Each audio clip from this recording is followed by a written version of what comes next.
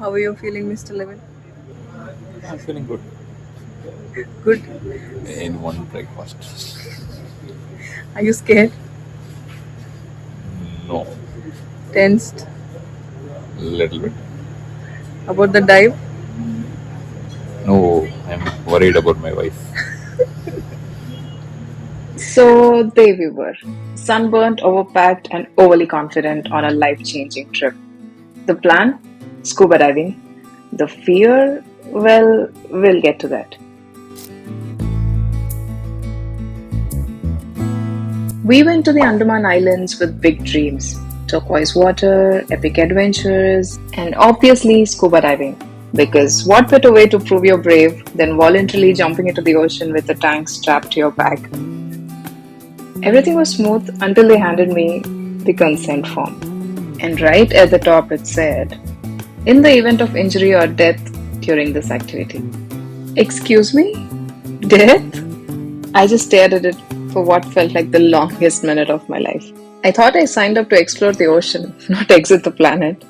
The sun was shining, the water was sparkling, and my mind was running faster than the boat.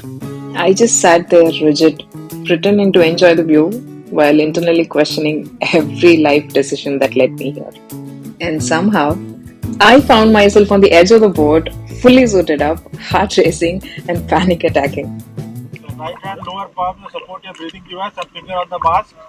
And left hand hold your strap you're behind. Okay. Don't leave your hand, ma'am. Okay. Yeah, don't leave your hand. Just close your eyes. Chalo.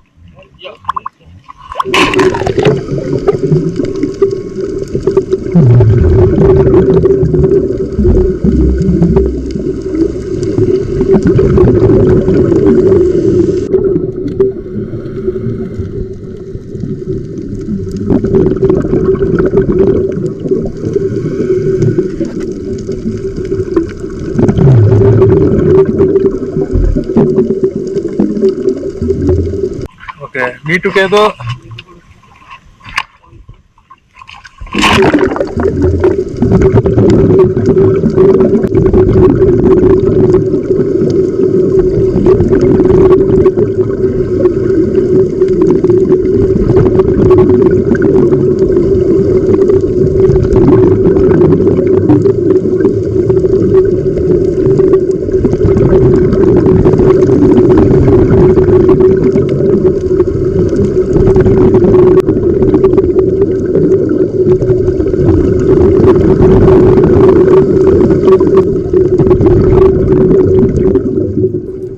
It was beautiful, calm, like slipping into a hidden world that has no idea what stress, schedules, or deadlines ever meant. Down here, nothing mattered.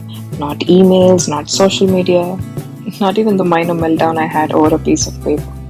Everything moved slowly, gently, like time had taken a deep breath and finally relaxed. Okay, so very good. And that's how I survived this amazing, mildly terrifying, absolutely unforgettable experience. Moral of the story? Sometimes the scariest part is just reading the paperwork. The biggest risk is not taking the risk at all. So, yes, I panicked, I prayed, I dove, and I'd 100% do it all over again.